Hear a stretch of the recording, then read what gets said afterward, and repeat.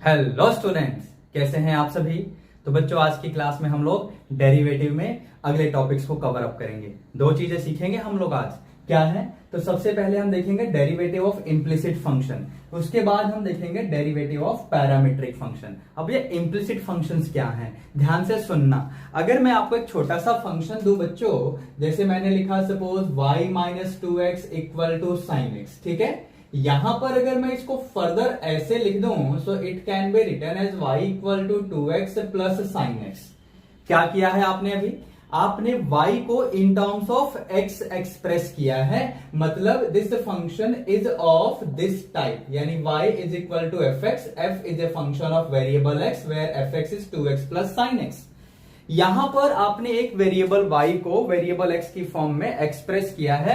ऐसे फंक्शन को बोलते हैं एक्सप्लिसिट फंक्शंस, यानी जहां पर वेरिएबल x को वेरिएबल y की फॉर्म में एक्सप्रेस किया जा सके या वेरिएबल y को वेरिएबल x की फॉर्म में एक्सप्रेस किया जा सके, ऐसे फंक्शन को हम बोलते हैं एक्सप्लिसिट फंक्शन। बात समझ आ रही है? और अगर कोई फंक्शन हो जिसमें ये काम करना पॉसिबल ना हो, जैसे कि आप यहां इन दोनों एग्जांपल्स को देखो, आप y is equal to f x लिख के दिखाओ या x is equal to g of y ऐसा लिख के दिखाओ। y को x की फॉर्म में या x को y की फॉर्म में लिख के दिखाओ, आप नहीं लिख पाएंगे बच्चों। तो ऐसे फंक्शंस को बोलते हैं इम्प्लिसिट फंक्शंस। तो ये वाला भी इम्प्लिसिट फंक्शन का एग्जांपल है या नहीं, मुझे बताना आप लोग। इनफैक्ट मैंने तो एग्जांपल में लिखा हुआ, आप लोग तुक्का मार देंगे कि हाँ जी सर ये भी एग्जांपल ही है, लेकिन आपके ऊपर है मुझे बताना कि क्या ये इम्प्लिसिट फंक्शन का एग्जांपल है या ये भी एक्सप्लिसिट है। अब इनका डेरिवेटिव कैसे करते हैं, अगर मैं रफली आपको करके दिखाऊं इसका डेरिवेटिव, मतलब प्रॉपर वे में नहीं करूंगा, ध्यान से देखना। हम डायरेक्टली ये जो फंक्शन गिवन है इसको अगर मैं सिंप्लीफाई करके ऐसे लिख लूं, आपको पता है लॉग की प्रॉपर्टी लग जाएगी। ये मैंने इसे ऐसे लिख लिया बच्चों, है ना, log m इंटू एन वाली प्रॉपर्टी। अब यहां से आप सीधा डेरिवेटिव कर दो बच्चों, डायरेक्टली जैसे आप करते हैं x के रिस्पेक्ट में डेरिवेटिव कर दो, x का 1 आएगा, यहां y बाहर, और ये log x का 1 अपॉन x, यहां log y का 1 अपॉन y, और y का dy अपॉन dx यानी y डैश लिख लो, plus log of x plus log of y यानी log xy इंटू इस y का डेरिवेटिव y डैश। कौन सा रूल लगा बच्चों? तो ये आपका प्रोडक्ट रूल ऑफ डेरिवेटिव लगा। अब यहां से आप क्या करेंगे, y डैश को एक तरफ कर लेंगे। अब यहां से आप लोग क्या करेंगे कि y डैश की वैल्यू निकाल लेंगे और वही आपको निकालना है बेसिकली। यहां पर सिंप्लीफाई कर लो, y अपॉन x, ये y अपॉन y तो कैंसिल हो जाएगा, y dash plus log of x into y into y dash. तो यहां से मैं क्या कर रहा हूं, समझ गए आप लोग, मैंने y डैश कॉमन भी ले लिया है।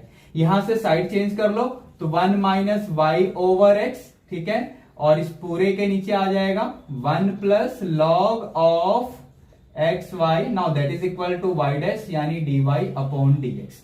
तो इस तरीके से हम dy अपॉन dx निकालते हैं अगर इम्प्लिसिट फंक्शन के डेरिवेटिव करने की बात हो। बात क्लियर है आप लोगों को? एक बार स्क्रीनशॉट ले लो। वैसे तो मैंने ये सॉल्यूशन रफली किया हुआ है, फिर भी आप चाहो तो इसको नोट कर सकते हो। अब चलते हैं बच्चों ये सीखने के लिए कि पैरामीट्रिक फंक्शन के डेरिवेटिव्स वो कैसे किए जाते हैं और पैरामीट्रिक फंक्शन ये होता क्या है, ठीक है। एक बात, दूसरी बात सुनना, आप ये मत सोचना कि इतने ही न्यूमेरिकल्स होंगे। न्यूमेरिकल्स तो बहुत सारे होंगे, आपको पता है न्यूमेरिकल्स के लिए हम लोग लाइव सेशंस लेते हैं, है ना।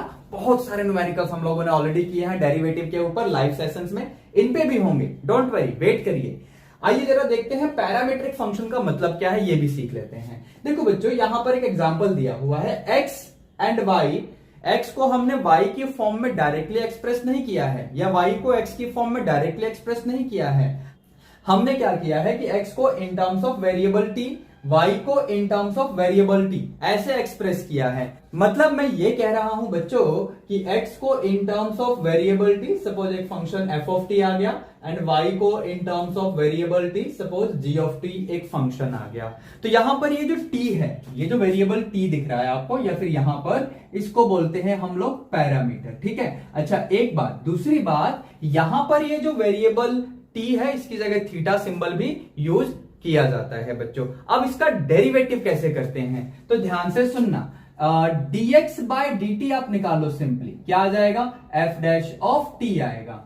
फिर आप dy बाय dt निकालो, क्या आएगा, g डैश ऑफ t आएगा। अब सुनना ध्यान से, क्या dy upon dx can be return like this और नॉट, ठीक है। समझिए, ऐसे लिख सकते हैं कि नहीं? लिख सकते हैं ना। देखो dt और dt कैंसिल हो जाएगा, सोचो ध्यान से। और अब यहां से हम लोग क्या करते हैं कि dy अपॉन dt की वैल्यू तो हमने निकाली है, ये रहा g डैश t, और dt बाई dx की वैल्यू क्या है 1 अपॉन f डैश t। आप लिखना चाहो तो ऐसे लिखो या फिर इसके नीचे ऐसे कर दो। तो इस तरीके से हम लोग dy अपॉन dx निकालते हैं अगर फंक्शन आपका पैरामीट्रिक फंक्शन हो तो, यानी जहां पर variable x and variable y किसी थर्ड वेरिएबल के थ्रू यानी पैरामीटर के थ्रू एक दूसरे से एसोसिएटेड हो। बात समझ आ रही है आप लोगों को? एक बार इसका भी आप लोग स्क्रीनशॉट ले लें and then we can move ahead with the further questions. अभी यहां पर जैसे कि आप लोग देख भी रहे होंगे बच्चों, मैंने पैरामीट्रिक फंक्शन के अंडर में जो एग्जाम्पल लिखा हुआ है इसका डेरिवेटिव कैसे करेंगे जरा सोचना, मैं बता दूं यहीं पर। चलिए, बहुत ही आसान है। यहां पर t के रेस्पेक्ट में डेरिवेटिव करेंगे dx by dt, sine t का आपको पता है cos t आएगा, इसका dy by dt, cos t का आपको पता है माइनस साइन t आएगा। ठीक है, t के रेस्पेक्ट में हुआ है। तो dy अपॉन dx निकालने के लिए मैंने क्या बोला, dy अपॉन dt को dx अपॉन dt से डिवाइड करिए।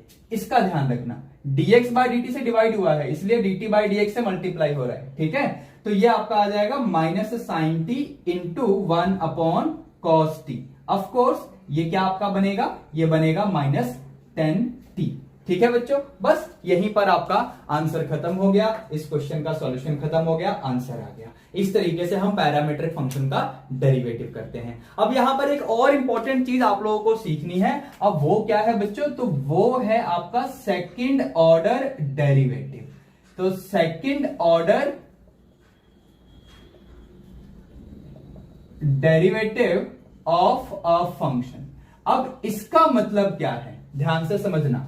अगर मेरे पास कोई फंक्शन है y equal to f x, जैसे ही मैं इसका डेरिवेटिव करूंगा x के रेस्पेक्ट में dy upon dx and we get f dash of x। और इसको कैसे सिंबलाइज करते हैं, या तो हम इसे y डैश लिखते हैं या हम इसे y1 लिखते हैं या d ऑफ y लिखते हैं, कैपिटल D ऑफ y, ऐसे भी लिखते हैं, कोई प्रॉब्लम नहीं है। ठीक है बच्चों।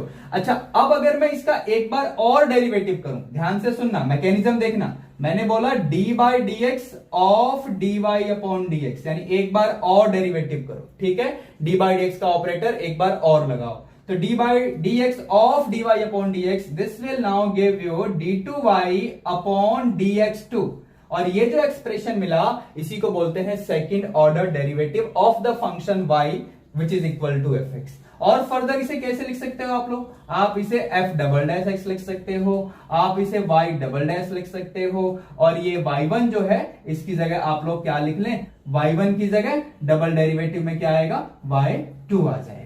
ठीक है बच्चों, तो इस तरीके से ये सिंबलाइजेशन है, ये नोटेशंस है, कैसे करते हैं डबल डेरिवेटिव इस टाइप के फंक्शन का या पैरामीट्रिक फंक्शन का सीखेंगे हम लोग। वैसे छोटा सा एग्जांपल आप लोगों के लिए मैं यहां पर दे देता हूं। एक सपोज एक छोटा सा फंक्शन मैंने लिखा, मैंने बोला y इक्वल टू 3x3 ऐसे है। ठीक है, अब आपने किया dy अपॉन dx, यानी एक बार डेरिवेटिव किया तो 9x स्क्वायर, एक्स क्यूब का 3x स्क्वायर आएगा, समझ गए आप लोग। ठीक है, अब एक बार और डेरिवेटिव करो, e2y अपॉन dx2 बन जाएगा।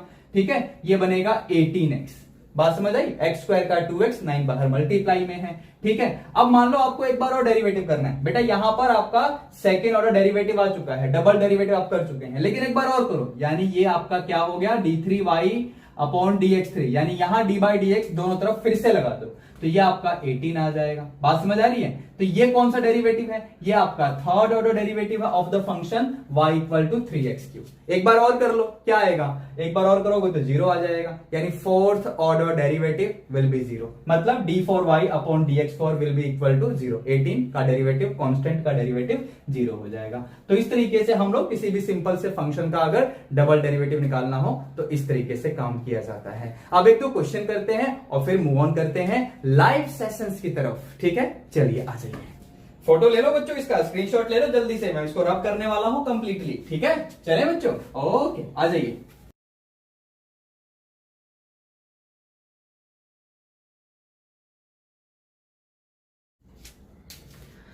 तो बच्चों चलिए इस क्वेश्चन को कैसे सॉल्व करेंगे ये देख लेते हैं। तो सबसे पहले देखो आपको फंक्शन दिया हुआ है x equal to this and y equal to this. आप यहां पर वेरिएबल देख रहे होंगे, वेरिएबल यानी third variable that is parameter. तो वो क्या है, थीटा है। मैंने बताया था आपको टी भी हो सकता है, थीटा भी हो सकता है, जो सिंबल्स हम एनसीईआरटी में देखते हैं।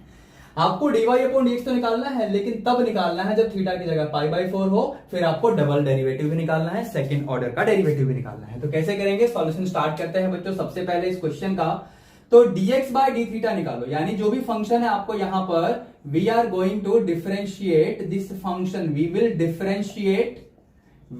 Differentiate the given function with respect to theta both sides. ठीक है, दोनों ही तरफ आप थीटा के रेस्पेक्ट में डिफरेंशिएट करेंगे बच्चों। तो जैसे ही आप डेरिवेटिव स्टार्ट करेंगे तो यहां पर आपका क्या बनेगा, dx/d बनेगा।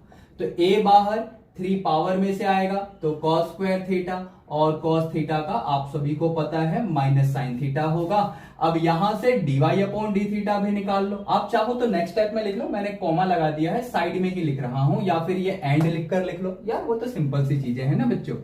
तो ये आपका a और पावर में से 3 तो साइन स्क्वायर थीटा और साइन थीटा का cos थीटा।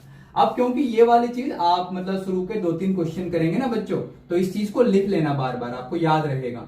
dy/d को हम dx/d से ना डिवाइड करते हैं, इसके नीचे आएगा dx/d, इसलिए वो रेसिप्रोकेट होके ऊपर चला जाएगा ऐसे। ठीक है, अब यहां पर आप लोग क्या करें, वैल्यू पुट कर लें।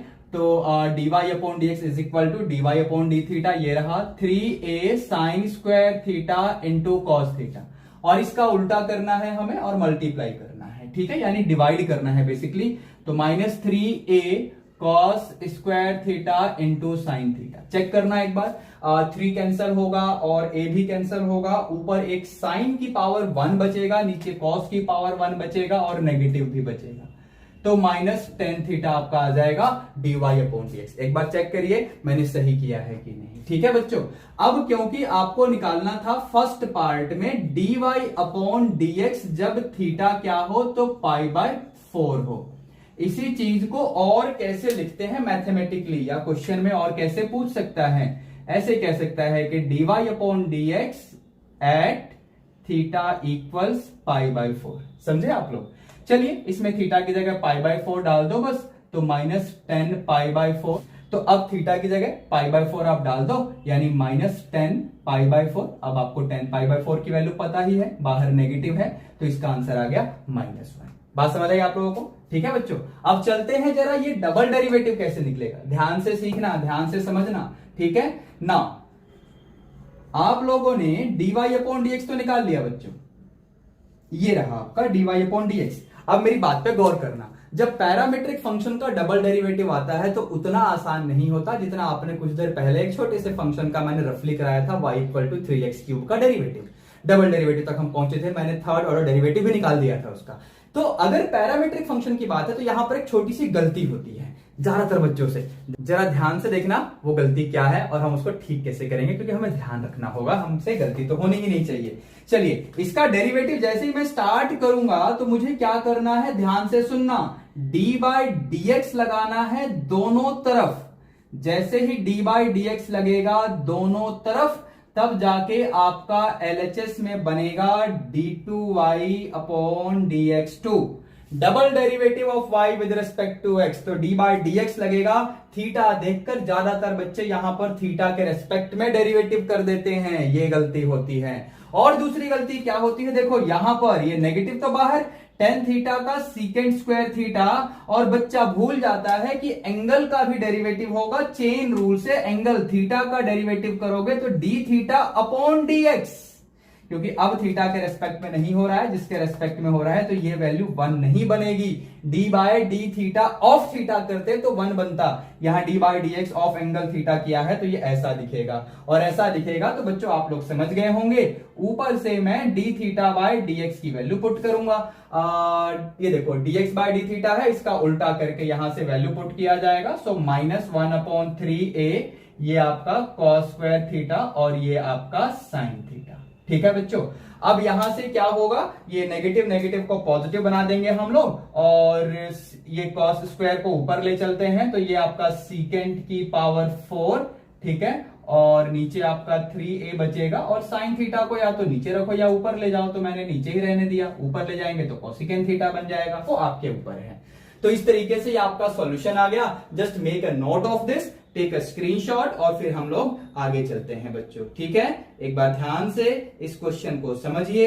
अगर कोई डाउट हो, कोई प्रॉब्लम हो, कोई क्वेरी हो तो आप मुझे कमेंट करके जल्दी से बता देना। ठीक है, and we will move ahead with the next question. अगले क्वेश्चन की तरफ मैं आपको लेके चल रहा हूं, इसको रब करने जा रहा हूं, तो ध्यान से आप अलर्ट रहना बच्चों। सो चलिए जरा इसको रब कर देते हैं। Question number 2। अब ये जो फंक्शन मैं लेने वाला हूं बच्चों, बेसिकली मैं एक इम्प्लिसिट फंक्शन भी ले लेता हूं, है ना। क्वेश्चन नंबर 2, तो ये रहा क्वेश्चन नंबर 2 आपके स्क्रीन पर। ठीक है, चलिए आपके यंत्र की स्क्रीन पे देखो, यहां पर एक फंक्शन मैं आपको दे रहा हूं and the function is x cube plus x square into y plus sine of x into y equals 81। ठीक है, if this is the function then you have to find d by d x of y. ठीक है, अब इसका solution कैसे होगा, चलिए start करते हैं। Again y equal to f x क्या आप लिख पाएंगे? अगर नहीं तो ये इम्प्लिसिट फंक्शन है, और अगर लिख पाएंगे तो एक्सप्लिसिट है। आप y equal to f x या x equal to g of y ऐसा करके दिखाओ। अगर हो जाएगा तो ये आपका एक्सप्लिसिट फंक्शन है। ठीक है, चलिए स्टार्ट करते हैं बच्चों यहां पर इसका सॉल्यूशन। तो ये रहा आपका function, let me just rewrite it. ठीक है, मैंने इसको एक बार और लिख लिया। तो अब मैं डेरिवेटिव स्टार्ट करूंगा। सिंपली मैं इसका डेरिवेटिव शुरू कर दूंगा, differentiate with respect to x both sides, d by d x दोनों तरफ हम अप्लाई करने वाले हैं। तो एक्स क्यूब का 3x स्क्वायर, यहां पर आपका प्रोडक्ट रूल, एक्स स्क्वायर बाहर y का y डैश, y बाहर एक्स स्क्वायर का 2x। ये साइन थीटा यानी चेन रूल भी आएगा, तो साइन थीटा का डेरिवेटिव कॉस थीटा, और एंगल का करेंगे तो वहां पर product rule, x y dash plus y और एक्स का 1 81 का 0। ठीक है, यहां से आप देखिए ध्यान से क्या होने वाला है। This is 3x square plus 2xy plus y into cos x y plus y dash bracket में x cos of x y plus x square. एक बार चेक कर लो मैंने क्या किया बच्चों, मैंने इस पूरे से इसको मल्टीप्लाई किया, वाई डैश पे फोकस किया। देखो y इंटू कॉस थीटा यहां लिखा, और ये y dash x cos theta यहां पर है, और यहाँ x square into y dash, x square ये रहा, वाई डैश मतलब मैंने कॉमन लिया है। ठीक है, तो बच्चों यहां से क्योंकि मुझे dy अपॉन dx निकालना है, यानी वाई डैश की वैल्यू निकालनी है, तो हर चीज को आप साइड चेंज कर दो, इन सबको उधर ले जाओ, इसको इसके नीचे कर देंगे। तो वाई डैश यानी dy अपॉन dx आपका क्या आ जाएगा, ध्यान से देखना, ये माइनस का 3x स्क्वायर होगा, माइनस का 2xy होगा, माइनस का y times cos of angle होगा। मैंने माइनस नहीं लिखा क्योंकि नेगेटिव में ऐसे लिखकर, और ये जो कर्ली ब्रैकेट वाला कंटेंट है उसको इसके नीचे लगा दूंगा। तो इस तरीके से x times cos of angle plus x square, तो ये आपका dy अपॉन dx या y डैश आ गया for this implicit function. Clear है बच्चों? Just make a note of this so that we can write one more problem. ठीक है बच्चों, चलिए इसका आप नोट कर लीजिए, तब तक मैं अगला क्वेश्चन भी आपके स्क्रीन पे लिख देता हूं। तो ये रहा क्वेश्चन नंबर 3। आपको अगेन फाइंड करना है, find dy upon dx if y is equal to cos x to the power cos x to the power cos x and this is a series up to infinity. ठीक है, तो ये पूरा आपका series है। आपको इस सीरीज के लिए y इक्वल टू, आपको इस सीरीज के लिए यानी y इक्वल टू ये पूरा जो फंक्शन है, इसके लिए आपको dy अपॉन dx निकालना है। तो छोटा सा क्वेश्चन है, ध्यान से देखना कैसे करेंगे बच्चों। हम लोग यहां पर ये जो आपका एक्सप्रेशन है यानी ये जो फंक्शन है, can we write it here, can we write it y is equal to cos x to the power y, क्योंकि y ये पूरा है, y की जगह फिर से यही डाल दो, आपको सेम सीरीज मिलने वाला है। चेक करके देख लो बच्चों, बात समझ आ जाएगी, कोई प्रॉब्लम तो नहीं है, इट्स ओके, बढ़िया। तो अब इसके बाद आप लोग क्या करेंगे, या तो दोनों तरफ लॉगरिथम ले लो, लॉग वाले तरीके से कर लो, या फिर जैसे मैंने सिखाया था वैसे कर लो। बताओ कैसे करूं? तो लॉग ले लूं। आप में से कई लोगों ने बोला मुझे कि लॉग वाला तरीका आपको आसान लगता है, लेकिन वो लंबा है। So take log on both side, take logarithm on both sides. ठीक है, कोई बात नहीं, जैसे मन करे वैसे कर लो। तो यहां से आप log लेंगे तो y का तो आपको पता है log y बनेगा, यहां log अप्लाई करेंगे तो पावर वाला y आगे आएगा, तो ऐसे दिखेगा आपको। ठीक है, अब यहां से डेरिवेटिव करना है आपको, तो डेरिवेटिव करना है log y का 1 अपॉन y, y का y डैश, y बाहर 1 अपॉन cos x, और cos x का आपका हो जाएगा minus sin x, product rule लग रहा है और उसमें चेन रूल भी आ गया, प्लस log cos x और y का डेरिवेटिव यानी y डैश वाले को एक तरफ करेंगे और dy अपॉन dx आ जाएगा। ठीक है, तो जरा इसको इधर लेकर आओ और यहां पर ये क्या हो जाएगा एक बार मैं लिख देता हूं, तो ये आपका बनेगा minus y into ten x plus y dash into log of cos x। ठीक है, ये y डैश वाले को इधर ले आएंगे बच्चों, तो y डैश कॉमन यानी dy अपॉन dx आएगा, and this is 1 upon y minus log cos x, now that is equal to minus y tan x. ठीक है, तो बच्चों अब यहां से मुझे सिर्फ dy अपॉन dx की वैल्यू निकालनी है, तो dy अपॉन dx की वैल्यू मैं देखो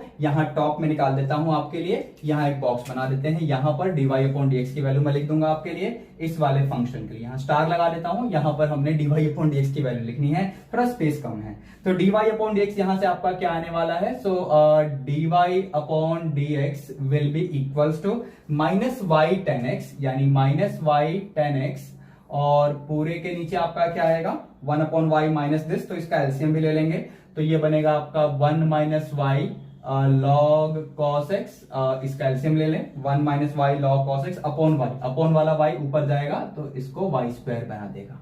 एक बार चेक कर लो आप लोग, ये चीज आपको समझ में आई है कि नहीं, ये कहां से हमने लिया, तो बेसिकली इस वाले स्टेप से हमने उठाया है। ठीक है, आपको क्लियर है इतना? चलिए बहुत बढ़िया, तो आप इस पूरे का एक बार स्क्रीनशॉट ले लेना बच्चों और अपनी नोटबुक में फेयर कर लेना। ठीक है, डन।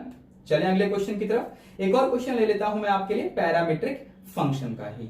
तो अभी तो हमने दो क्वेश्चन आपके ले लिए हैं इम्प्लिसिट फंक्शन के, अब एक मैं पैरामीट्रिक फंक्शन वाला क्वेश्चन और लेकर अभी के लिए क्लास को हम फिलहाल स्टॉप करेंगे और फिर अगली क्लास में मिलेंगे। ठीक है, क्वेश्चन नंबर 4 आपके यंत्र की स्क्रीन पे बस थोड़ी ही देर में आने वाला है, सो बी अलर्ट।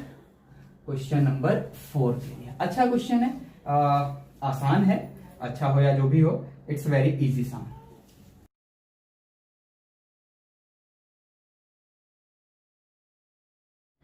तो बच्चों चलिए इस क्वेश्चन को भी हम सॉल्व कर लेते हैं, क्वेश्चन नंबर 4 पैरामीट्रिक फंक्शन के ऊपर। देखिए आपको x इक्वल टू ये गिवन है, y इक्वल टू ये गिवन है, और आपको dy अपॉन dx फाइंड करना है। तो कैसे होगा इसका सॉल्यूशन, तो सबसे पहले हम लोग यहां पर क्या करेंगे, dx बाय dt फाइंड करेंगे। तो dx बाय dt यानी ये आपका a et बाहर करो, प्रोडक्ट रूल लग रहा है बच्चों, साइन t का आपका हो जाएगा cos t, और cos t का आपका होगा minus sine t, plus sine t plus cos t, और ए ई टी का करेंगे तो वो एज इट इज आएगा। बात समझ आई आपको?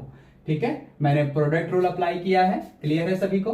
पूरे में से ए ई टी कॉमन जैसे ही लेंगे आप, तो ए ई टी कॉमन, तो ए ई टी कॉमन आएगा तो यहां से ये ब्रैकेट और ये वाला ब्रैकेट बचेगा, तो आपको दिखेगा 2 टाइम्स कॉस टी बचेगा। चेक करना एक बार बच्चों आप सभी लोग। ठीक है, ऐसे ही d y upon d t आपको निकालना है, तो ये रहा आपका function y, a e t बाहर, साइन टी का आपका cos t minus cos t का प्लस साइन टी हो जाएगा, फिर ये वाला ब्रैकेट का कंटेंट बाहर, sine t minus cos t, और ए ई टी का ए ई टी ही रहेगा।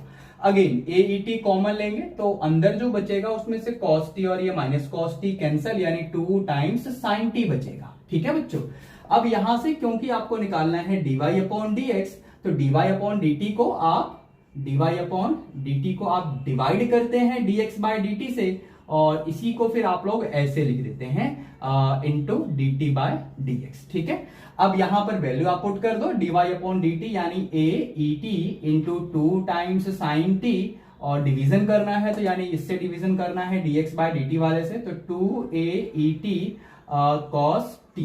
एक बार चेक करो, चीजें सिंप्लीफाई हो रही होंगी, कैंसल आउट हो रही होंगी, और फाइनली आपका आंसर 10t आने वाला है। a से a कटेगा, 2 से 2 कटेगा, e की पावर t से e की पावर t कटेगा। ठीक है, तो ये आपका 10t आ गया। अब एक छोटा सा होमवर्क मैं आपको दे रहा हूं यहां पर, आपको इसमें ना डेरिवेटिव फाइंड करना है। देखो क्या करना है, फाइंड d2y अपॉन dx2, इसकी वैल्यू आपको निकालनी है। क्लियर है। और एक और चीज मैं आपके लिए लिख देता हूं, देखते हैं कितने लोग सॉल्व कर पाते हैं। आपको प्रूव करना है कि dy अपॉन dx, देखो इसमें थोड़ा सा दिमाग लगेगा। आपको प्रूव करना है कि dy upon dx is equal to x plus y upon x minus y. ठीक है, इनका सॉल्यूशन करके आप लोग मुझे कहां भेजेंगे? ये रहा मेरा व्हाट्सएप नंबर 9650350480।